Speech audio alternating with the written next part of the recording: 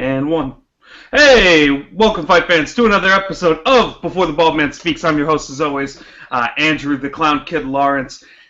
Joining me this week to help break down all the action from UFC Tampa, UFC Fox 19, UFC Fight Night 3020, whatever you want to call it. It is the main event between Glover Teixeira and Rashad Evans. Helping me break it all down is Bob Voss at MMA State of Mind. Bob, how you doing, brother?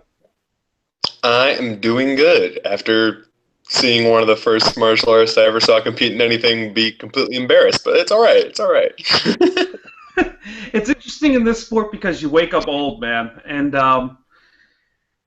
it can happen, and it catches up with you all at once. The end of a legend for Mr. Bob Voss. Is that what happened tonight? The end of a Tough legend. I think Tough 2 was the first season of Tough I ever watched, so... Really? You know, Rashad Evans, he had an interesting career. If you think that John Jones just didn't exist, you know, imagine if John Jones wasn't a human being, how much different would the story of Rashad Evans have been? I'd say it'd be pretty different, although at some point John Jones was able to give Rashad meaning after he was already kind of, I guess, out of the public eye with all of his knee injuries and time off and terrible fights with Little Nog. I mean, think about this, though. If he, you know, besides that knee injury time, if there's no John Jones, there's a good possibility that Rashad Evans is the heavyweight champion, you know, for a good maybe 2-3 year stint in MMA. You know, if his heated rivalry with John Jones, was really like 6 months of his career that everyone was basically waiting for him to get slaughtered. And it's hard to really get behind a fighter after you watch him get thoroughly embarrassed like he did against Jones for 5 straight rounds. Wait, you mean getting elbow jabbed repeatedly for 5 rounds? In the same spot? Over and over again? Right above his left eye? Yeah. That's interesting, like the elbow jab. That's a perfect way to describe exactly what happened to the poor guy, just getting picked apart.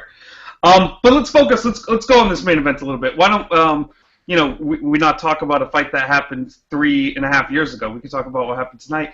What do you think went wrong for Rashad, and what do you think went wrong for Glover, or right for Glover?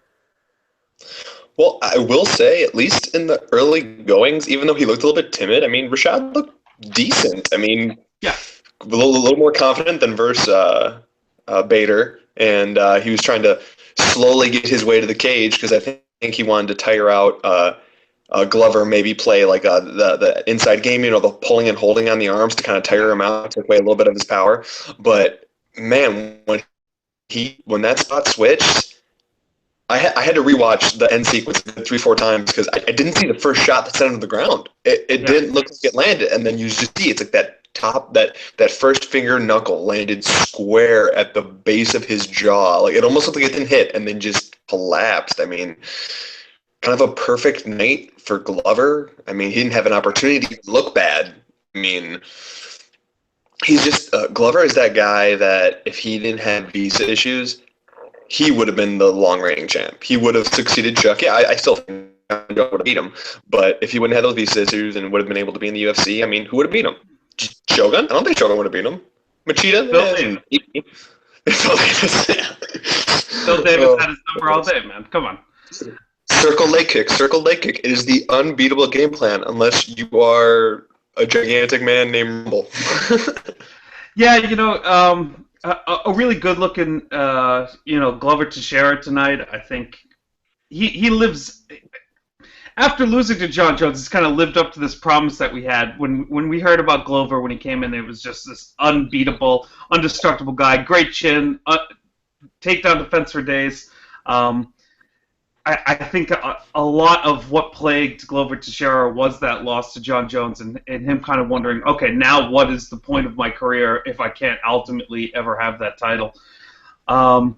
But you know, a great night for him, and a very poor night for Rashad. I really think we're watching Rashad Evans just having lost his hand speed, and that was really his game. He would just out athlete guys now, and now that he's at this age and he's at this level, he's smart enough and a veteran enough to know that he doesn't have that advantage, but he still doesn't have enough tools in his repertoire to do something completely different to get a victory against someone like Glover.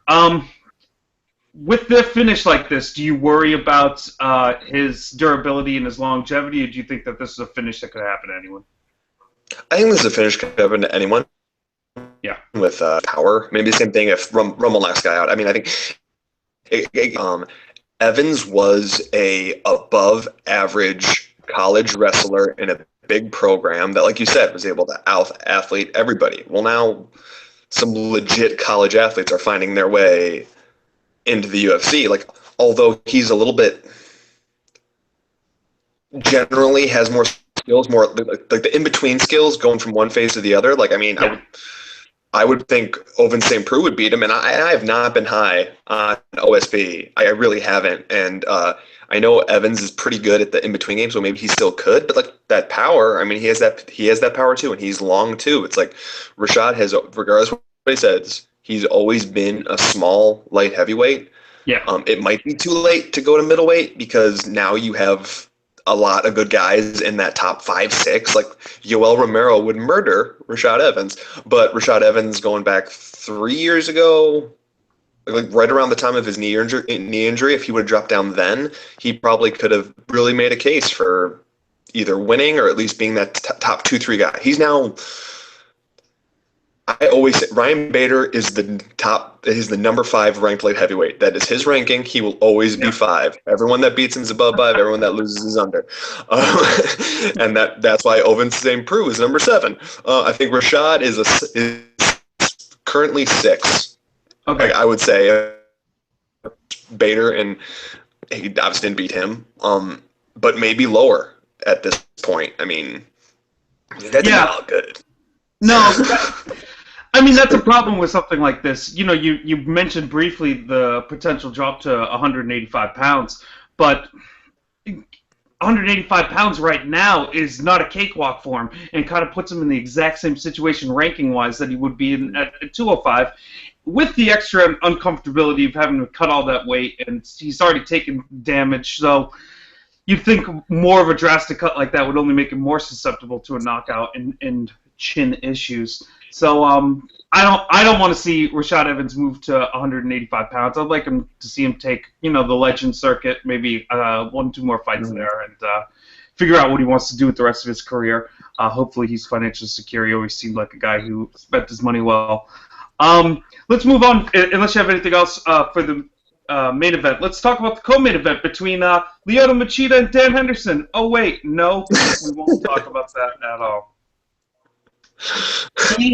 DHEA can be blamed for why we are not talking about Lyoto Machida against Dan Henderson. DHEA, the powerful steroid. Yeah, powerful steroid, guys. No, well, no, and even in the one he's taken, it's called 7 keto, so it's stronger, but not even like okay. Yeah, ish. You can get it at like a GNC or whatever. I've actually gotten before at a vitamin shop type deal just to try it. I have. I got it for recovery when I was training for a marathon. Yeah. And but it didn't do anything. I never finished the bottle. I tried it for a week and then I threw it out. It doesn't like. Of course. I felt no difference. It is notorious that this is a very weak affected product. DHEA is a little bit of a fat burner. It can increase your testosterone slightly in some cases. A little bit of energy, kind of. I guess I slept better. Yeah, I don't really know. A little pep in your step. You could get more effective results off caffeine, and and many people do. So this is my big concern with the whole thing. Is it seems like USADA's catching people who are messing with supplements instead of people who are injecting anabolic steroids into their ass. And that's who I wanted to catch when we said we were going to get rid of drugs in this sport, guys. Not a bunch of people at GNC, but a bunch of dudes buying shit from some sketchy guy inside the locker room of your local gym. That's who I thought we were going to get. But instead we're getting Yoel Romero's tainted supplements. And Anywho, our real co-main event today was Thug Rose Namajunas against Tisha Torres. A bit of a controversial decision. I saw a little bit of